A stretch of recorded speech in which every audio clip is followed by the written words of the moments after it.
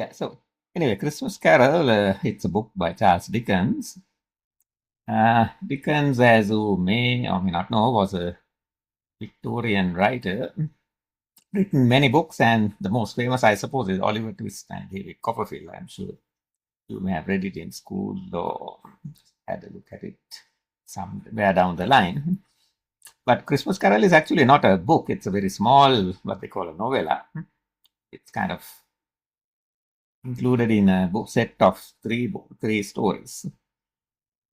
And Dickens didn't kind of quite expect it to be very successful, but to his surprise, the book sold out within a few days or hours of it being published. And from that time, it has been a perennial bestseller up to now. It's nearly 200 days ago, I suppose. Right. So anyway, so the book can be read at two levels. You can take it as a nice story, or you can take it as a lesson in, I suppose, the entire gamut of psychotherapy is kind of encapsulated in the book. So in a way, it's a textbook of psychotherapy, I would think.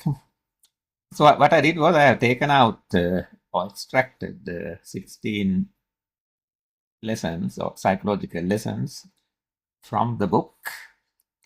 And the book kind of goes, it doesn't go in chapters, it goes in, Dickens called it staves. Staves, S-T-A-V-E-S.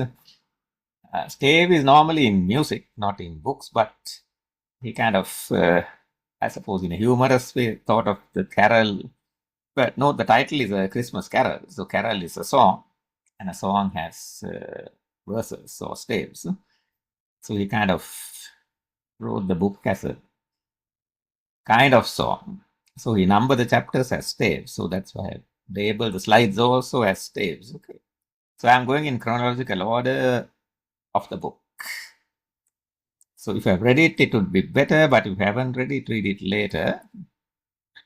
So what are we going to do? We are going to follow Scrooge through the story, try to link each of the lessons to our clinical practice, and because otherwise it's just theoretical. Maybe gather some simple ideas which we can use with our patients, with our teams, and also maybe for ourselves as well. I mean, in psychiatry, everything we learn is applicable to our own selves, because we are not separate from the human kind of patients, and we are not that different.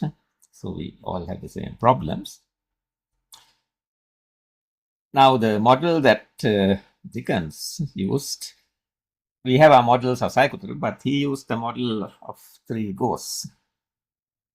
So he had a ghost of the past, ghost of the present, and a ghost of the future.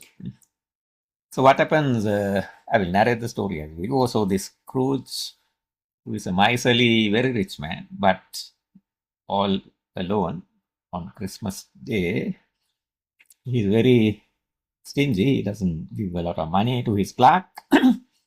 And his partner, Marley, has died 7 years ago. And in the night, the partner appears as a ghost and tells Scrooge, look, unless you change your way, you are not going to end up well. You will end up like me, all tied up in chains and bound forever to travel the world in misery. And he says, I'm going to give you a gift in a kind of, not in a bad way, but I'm going to give you a gift. And you will be haunted by three ghosts. And Scrooge says, well, I think I don't want that really. I don't want to be haunted by three ghosts. He said, no, there's no other way out. You'll be haunted by three ghosts. And hopefully at the end of it, you will learn something. So anyway, these are the three ghosts. Ghosts of Christmas past, ghost of Christmas present, and the ghosts of Christmas yet to come. So Scrooge is haunted sequentially by three ghosts. So in a way, in psychotherapy too, I think we direct our patients through ghosts, but we do direct them to the past. Firstly, to understand how a person became this way, and then we direct them to the present to reconnect people with their values and what they're doing in life. And then we look at the future and see, if you continue like this, what will happen if nothing changes. And also kind of we look at, if you change your values, what will change? What we call action. Right. So anyway, this is the model that I don't know whether Dickens had any knowledge of psychiatry, probably didn't, but instinctively he had a good understanding of human psychology, I suppose. Right. So let's go on to Stay 1 is chapter 1. So Christmas Carol had 5 chapters and he called it Stay 1, 2, 3, 4, 5. So the first chapter is Marley in his Scrooge in his counting house, and that's his clerk in that little table, Bob Cratchit, and he's the poorly paid clerk trying to finish up before the Christmas holidays, And this is a text from the book, from Dickens' book, describing Scrooge. A squeezing, wrenching, grasping, scraping, clutching, covetous soul sinner, secret and self-contained and solitary as an oyster. Well put, I suppose. So what does that teach us? Well, long-term loneliness can become the person, who am I? And people stop expecting kind of any warmth from life. And clinically, I suppose we do see kind of patients who have avoidant patterns, and sometimes due to shame, or sometimes it has become a part of their personality. So loneliness can be a core problem. Normally, we don't think of it as a presenting complaint, I suppose, but it can be a core issue in patients and not a subsidiary issue as such. So I think it's important to remember that. What else can we take from this? Now, of course, Dickens is not very subtle. He is very direct. So he very upfront with Scrooge and tells him exactly what he is like. With patients, I suppose we are not that direct. We tend to kind of be a bit more gentle or come in a roundabout way. Okay. Now, when you look at the word solitary here, it's not just a circumstance. It's kind of a posture. It's where the isolation has become the identity of the person, because he has stopped seeking warmth, because they have stopped believing that warmth is for them. So in the clinic, you ask people and ask, okay, how are you? And they say, I'm fine. I'm okay. I don't need people. People are troublesome. I don't need anyone. And that's my preference. But even though they say that, the question becomes, what is it protecting you from? Is it costing you anything? So treat loneliness as a core target and ask about relationships and rituals and belonging. And don't let it kind of just pass by like just as a personality and not a problem. Okay. So that's a defense actually, and not a healthy state of being.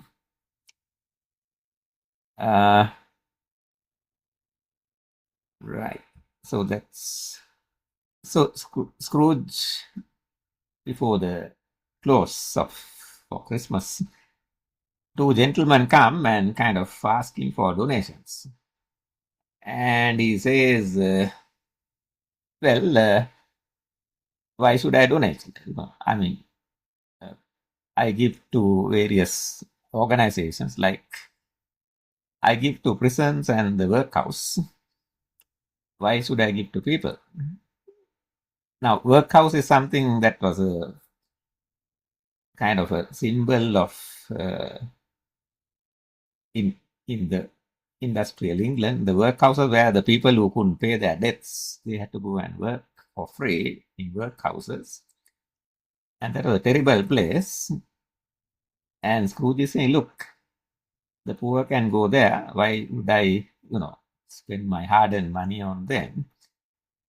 In fact, Dickens' father actually also fell into debt and had to go and work.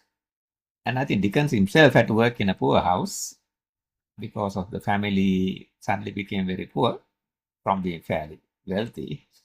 So he's speaking from knowledge, actually. So he's asking the two gentlemen, why would I donate?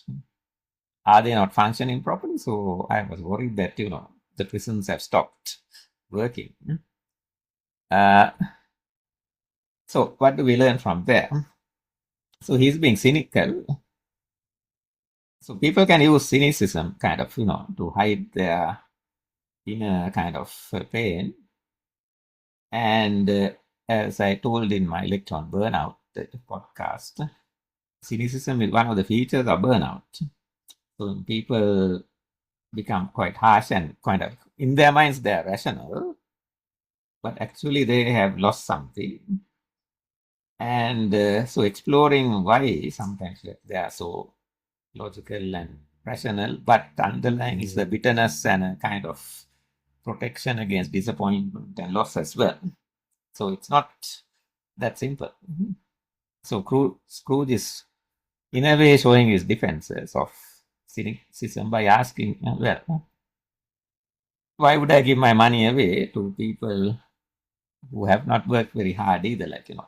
There's also the sense that the poor are poor because they deserve it. They are lazy.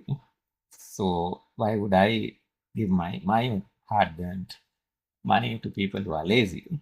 I think that's kind of there in our minds when we are asked to give charity in a way. At one level, it may be rational, but also it may be something more damaging, which is underlying. So that's something to look at in our patients and I suppose in ourselves as well.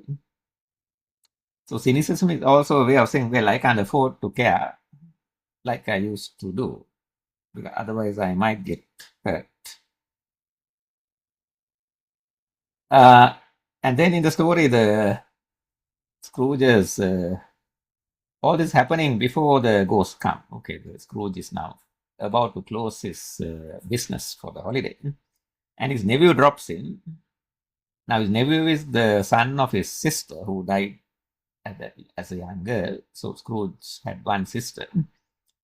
And the nephew comes every Christmas and invites Scrooge for their Christmas party.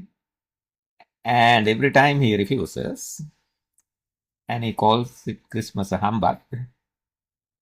So the nephew drops in and says, Merry Christmas, uncle. And he says, Merry Christmas, that's a poor excuse of picking a man's pocket every 25th of December. It's not merry for me as such. So, but the nephew is kind of, he doesn't give up easily. He's kind of persistent. Okay. So what do we kind of learn from this? Now he's sitting in his cold office, and that sometimes the environment determines our thinking as well. So if you sit or work in a cold, non-empathic kind of environment, we also can become, well, cold as well. So in a way, our workplace also can shape our morality and affect our empathy. So that's something to be cautious about. And the takeaway is sometimes small improvements in where we work or in our culture can mean quite a lot actually. Now, Scrooge rejects joy, like he doesn't like it. He says, I don't need it. Now, he doesn't just dislike it, he attacks it. Scrooge, he says, Christmas is a humbug. So he's ridiculing joy. So often joy is dangerous because it kind of implies vulnerability. If you hope too much, you can be disappointed. If you have pleasure, it can be followed by, well, pain as well. So sometimes people feel ashamed about pleasure. So that's sometimes in people who have grown up in environments where feeling happy was kind of looked down upon, they may end up with this kind of situation. So they are afraid of actually enjoying themselves. So sometimes with our patient, we need to explore and ask, okay, why do you feel unhappy about being happy? Like, it's kind of a strange situation, but it does happen. If you look carefully, you will detect it.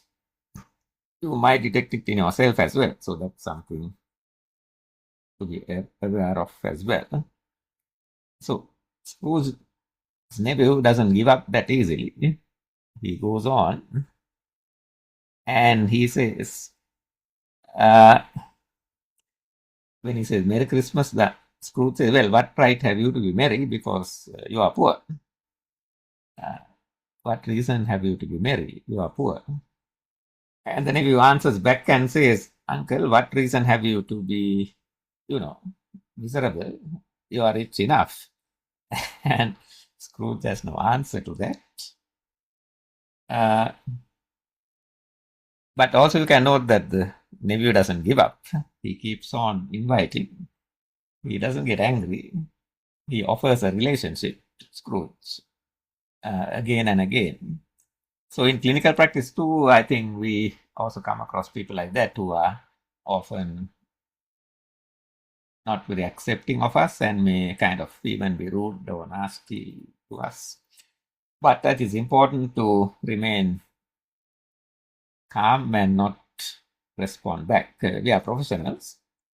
So we just say, like Scrooge's nephew, you can refuse, but the invitation remains, So especially patients with trauma histories, they will not initially be very receptive to your empathy, and they will try to make you angry, really. They will try to make you reject them.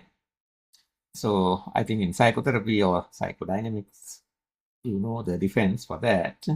When people try to make you the bad person so that they can feel not so bad in themselves. Hope you know the defense for that. Okay. And in the same way, I suppose for supervisors and people who supervise trainees, the same attitude is a good thing. We keep our invitations are open. Trainees may reject or may not be that receptive, but we should not react and say, look, if you are not very enthusiastic, I will stop teaching. That's not the way to go. We keep on teaching, we keep on inviting, we keep on trying to connect, and our job is to be there. You decide when you accept it. Not an easy thing to do, but that's how we are. That's why we are psychiatrists. And yeah, so and also mocking happiness can be a defense. We know that often linked to grief, envy, or shame. And asking people, okay, in the past at least, what did being happy mean to you is a good question to ask. Things change, of course.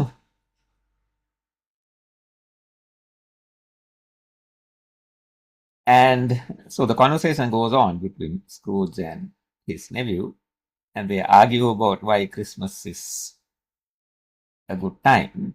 And the nephew says, well, I have always thought of Christmas time as a kind and forgiving, charitable, pleasant time. And he goes on to say, well, even though it doesn't put money in my pocket, at least I gain from Christmas, even as a symbolic time. But Scrooge doesn't respond, of course. He remains adamant and does not accept the invitation and says, no, I'm not coming to visit you all on Christmas Day.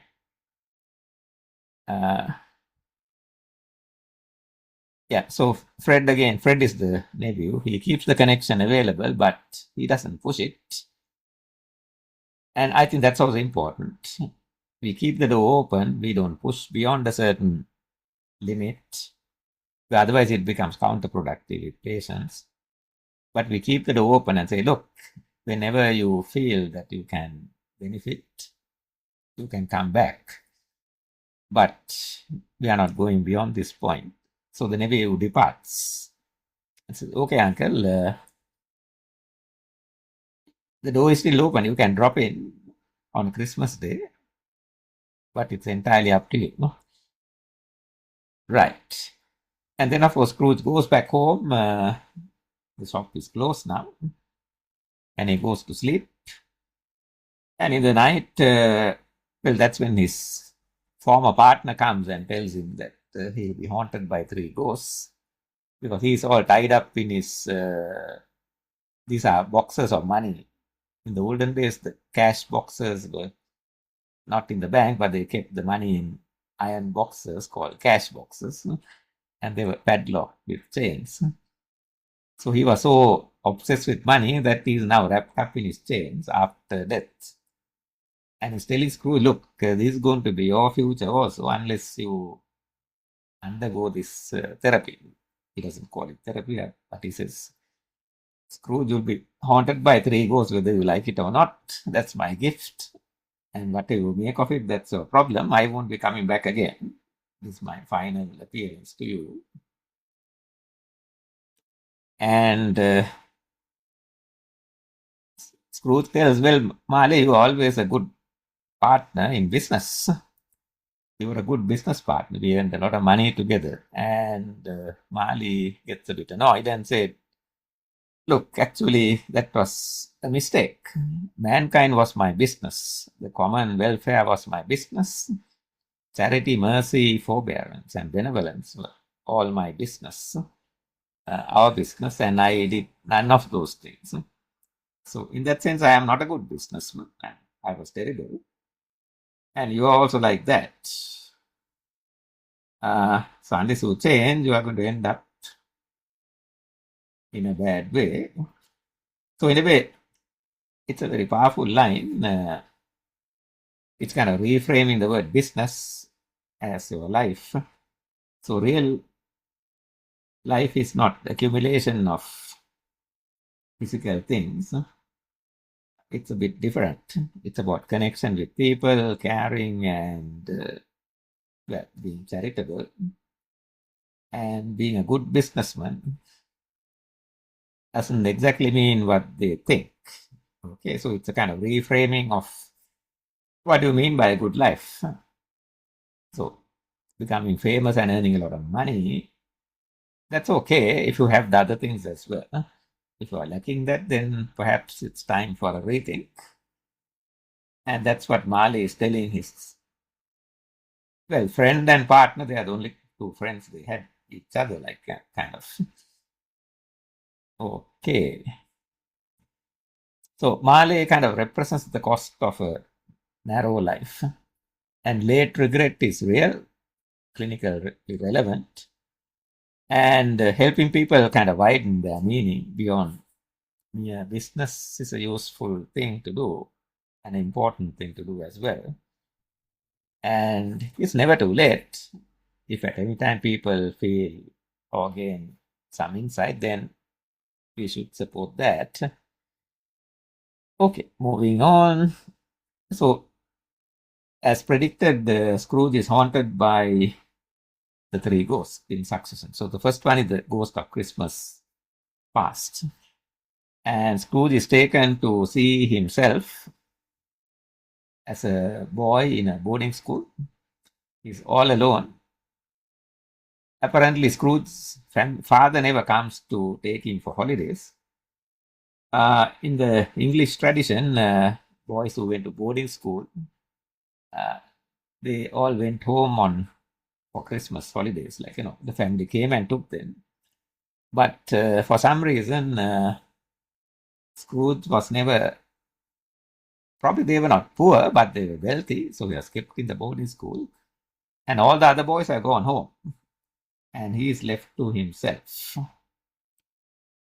And so the ghost takes him and he observes himself as a solitary child, neglected by his friends and left all alone. So I think that's a very powerful kind of figure. And we know, of course, that adverse childhood circumstances play a major role in shaping people's personality. And Scrooge obviously had not a very happy childhood.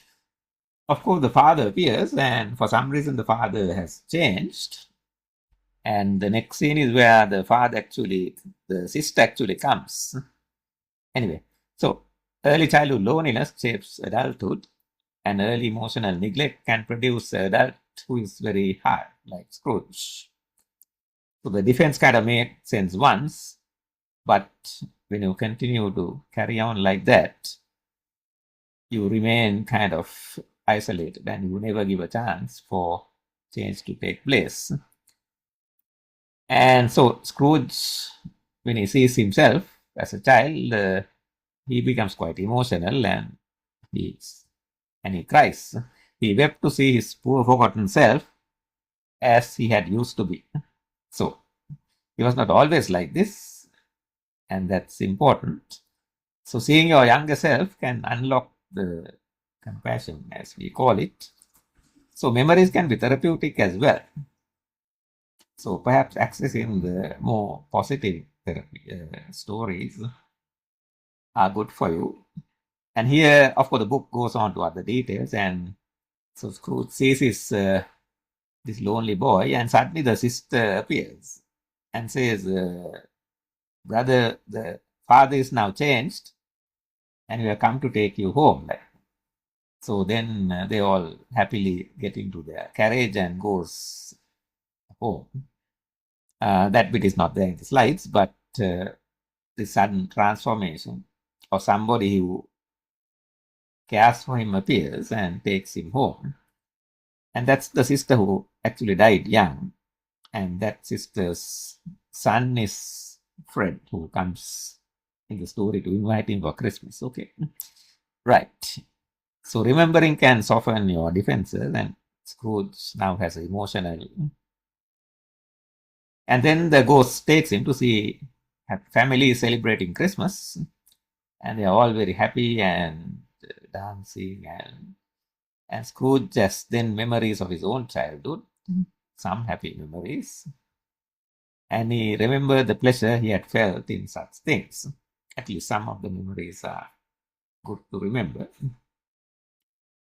And so accessing the good memories is an important part of therapy as well. Yeah. Okay. So let's go on.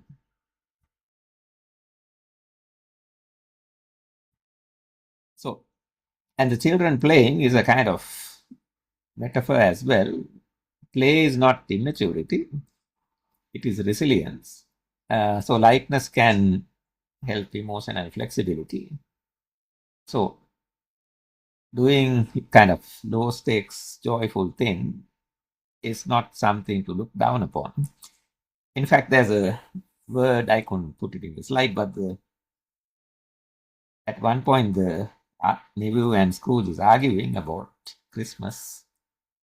And Scrooge says, well, Christmas is good for children, but why would adults want to, do this nonsense? Why do you want to dress up and play games? You're adult. And the nephew gives a good answer. He says, well, sometimes it's good to be children sometimes. And what better time than at Christmas time, when its mighty founder was a child himself. So that's Very powerful answer. And Scrooge has no answer to that. So important lesson that Dickens is giving us, that it's good to be children sometimes. Yeah, I think when we grow up, we lose some of the ability to have spontaneous joy with little things. We tend to lose that ability as adults, unfortunately. But children can take pleasure in very, very mundane things, and that's a good thing. So connecting with children and taking part in their play is a good thing. It's therapeutically good. So low stakes joy prescription is something you can think about for our patients and ourselves as well. And this, of course, Scrooge now becomes a junior partner in a firm. He's a lowly clerk in a firm. And he remembers that his boss, Mr. Feswick, at Christmas he closes down and has a big party for the entire workforce. And the ghost says a bit sarcastically, well, Mr. Feswick didn't spend much money, did he, on the party? But then Scrooge replies, the happiness he gives is quite as great as if it cost a fortune. That's Scrooge replying to the ghost and saying, hang on, you are saying that he didn't spend much money on it. But don't forget that little money, we didn't think of the money, but the fact that he enjoyed and had a great party was enough. And that's the kind of leadership that we should give as well. So Feswick shows that he cares and creates a sense of warmth and said he was he was a bit of a strict boss as well. But he also cared and gave some opportunity for enjoyment. So building small rituals of recognition is important. And that's important for us as psychiatrists as well as if you're in a team.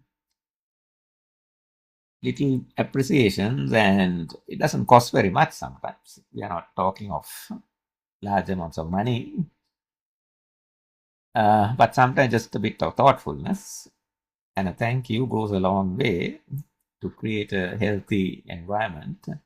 So something to think about again. And then, of course, Scrooge meets his girlfriend, becomes engaged. And of course, it doesn't last because Scrooge has now become a bit wealthy. He's now on his way to become a rich stockbroker. And money has become his kind of goal. So the lady is now coming and returning the ring, actually, and saying, well, I think another idol has displaced me, and that's a golden one. So that's now Scrooge actually sees this scene again. The ghost is now taking him through the past memories, and he sees himself as a young man taking the ring from his fiancée, who says, well, I don't think you care for me as much as money. And so the values have drifted now. Scrooge did become cold overnight. Slowly his good values were being replaced by other values which are more questionable. But he didn't realize it. It happened so gradually that he didn't see the change. So now the ghost is giving opportunity for him to look back and see what he was before. So questioning people as to their values, maybe you had some, ambitions, and when you start off in life, especially for the trainees who are starting their career in psychiatry, you must be having a lot of hopes and ambitions and values. And somewhere along the way, you might lose some of the values when you come across obstructions and, life won't go smoothly. I can predict that. But the important thing is not to lose your important values, to hang on to that. Otherwise, you might end up not so much like Scrooge, but maybe, who knows? But without realizing, values shift. So that's something to think about. So on to chapter 3, stage 3. Right. And there's another scene where Scrooge is taken to visit his clerk, his poor clerk. Of course, the picture shows him as a bit wealthy, but actually he was not very wealthy. And the clerk is enjoying his Christmas lunch. And Scrooge has no party because he refused to go and visit his nephew. And he sees that they were very happy and grateful and pleased with one another. So the Cratchits are the Clark's family. So dignity through shared routines. They are using rituals to, build up their family connections and emotions. And there's a little humorous scene where the father, Tom Cratchit, says, "Can we raise a glass to the founder of this feast, Mr. Scrooge?" And the wife says, "What do you mean? I don't want to raise a glass to Mr. Scrooge, who is a stingy old fellow, But then he says, "Well, come, it's Christmas time.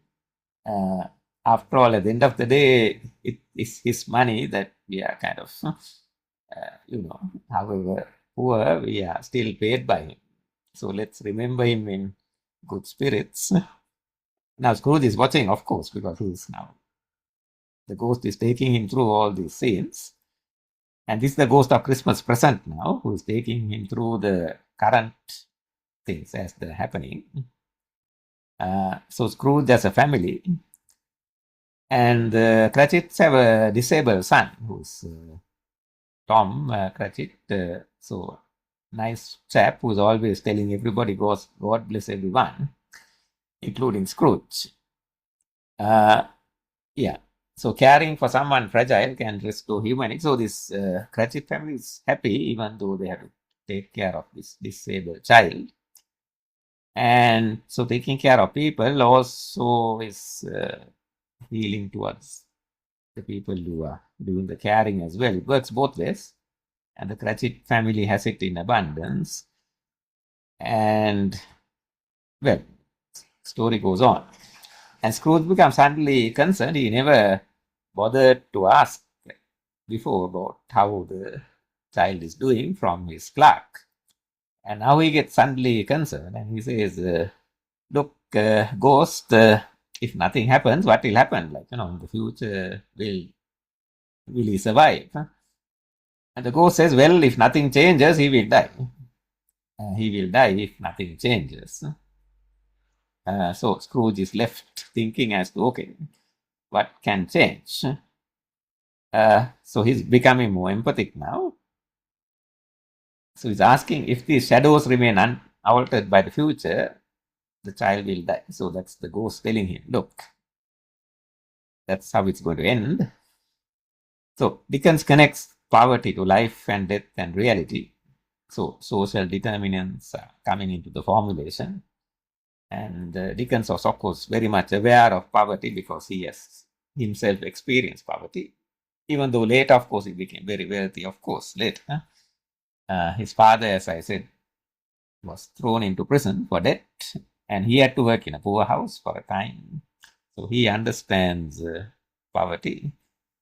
And Scrooge is shown by the ghost of Christmas present. This boy is ignorance, this girl is want. Beware of them both. But most of all, beware this boy. The boy is ignorance. So the ghost is saying, look, if you are ignorant or kind of remain voluntarily unaware of what's happening to people around you, it's not going to end well for both parties, I suppose. So ignoring suffering carries a harm. So avoidance at social levels can become quite a disaster. So compassion also means that you are seeing things a bit more clearly. And that's what the ghost is trying to tell Scrooge. Look, that carries a burden, but it also brings you insight. So ignoring can be a problem. And that's what Scrooge is doing. Okay, so we are going on to the final chapters of the Christmas Carol. Of course, because of lack of time, I had to skip through quickly. So here I will just describe what happened. So Scrooge is haunted finally by the ghost of Christmas yet to come. That's the ghost that tells him the future. And that ghost doesn't talk.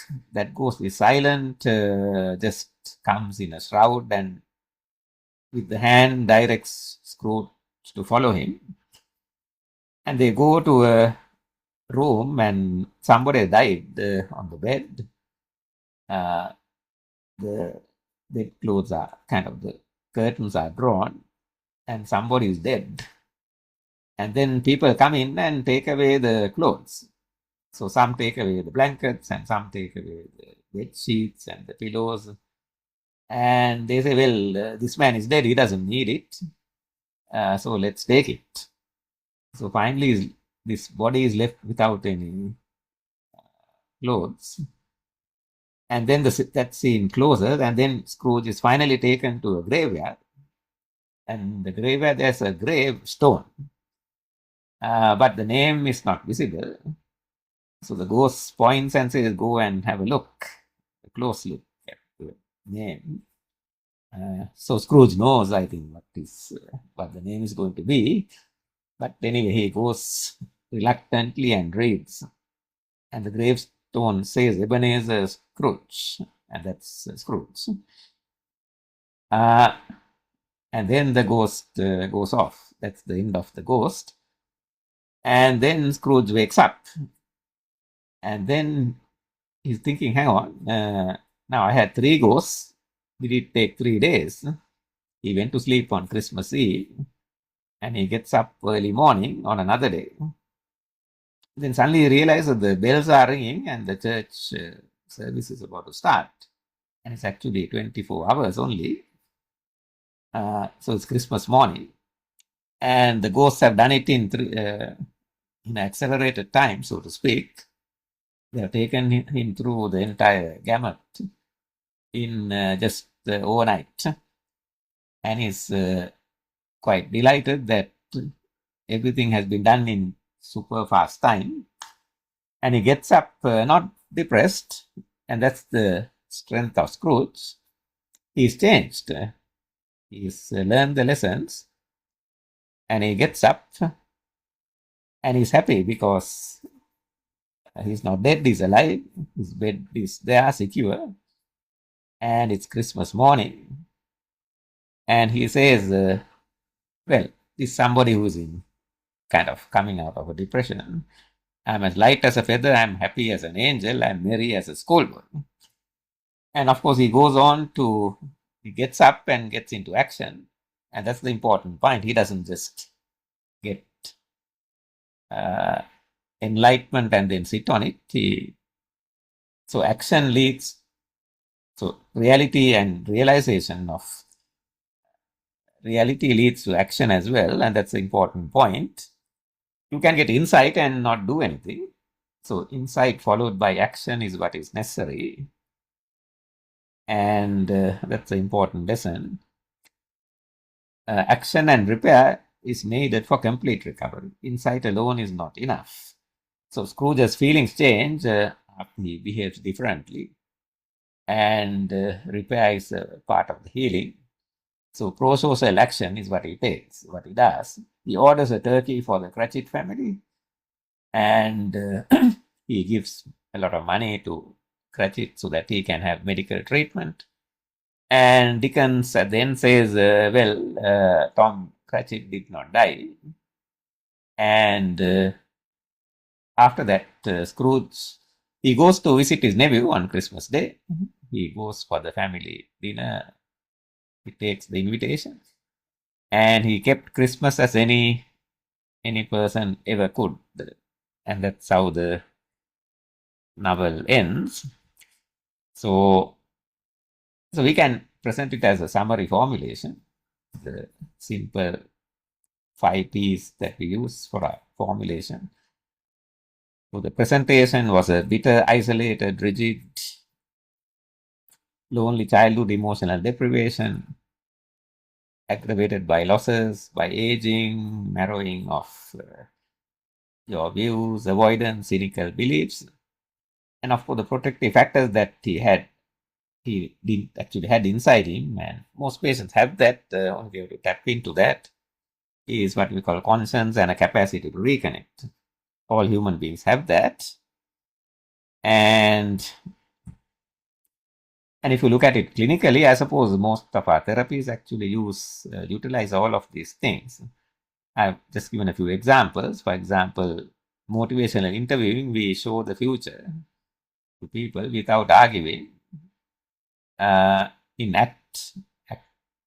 acceptance commitment therapy, we highlight values to patients and ask them to align their lives according to their values. And schema therapy, we teach patients about emotional deprivation, mistrust, and going on to trust and being safe in showing their emotions. And compassion focused therapy is being compassionate to a younger self. And BAs or behavioral activation. First to activate and the mood changes later. So to don't really wait for the mood to change, to start activities. So Scrooge changes through understanding values and future awareness and action, and our connections protect mental health. So being kind is not being just practical, it's not only sentimental, but it's an important part of living successfully. So I will leave you with that and Scrooge. And now you can ask any questions.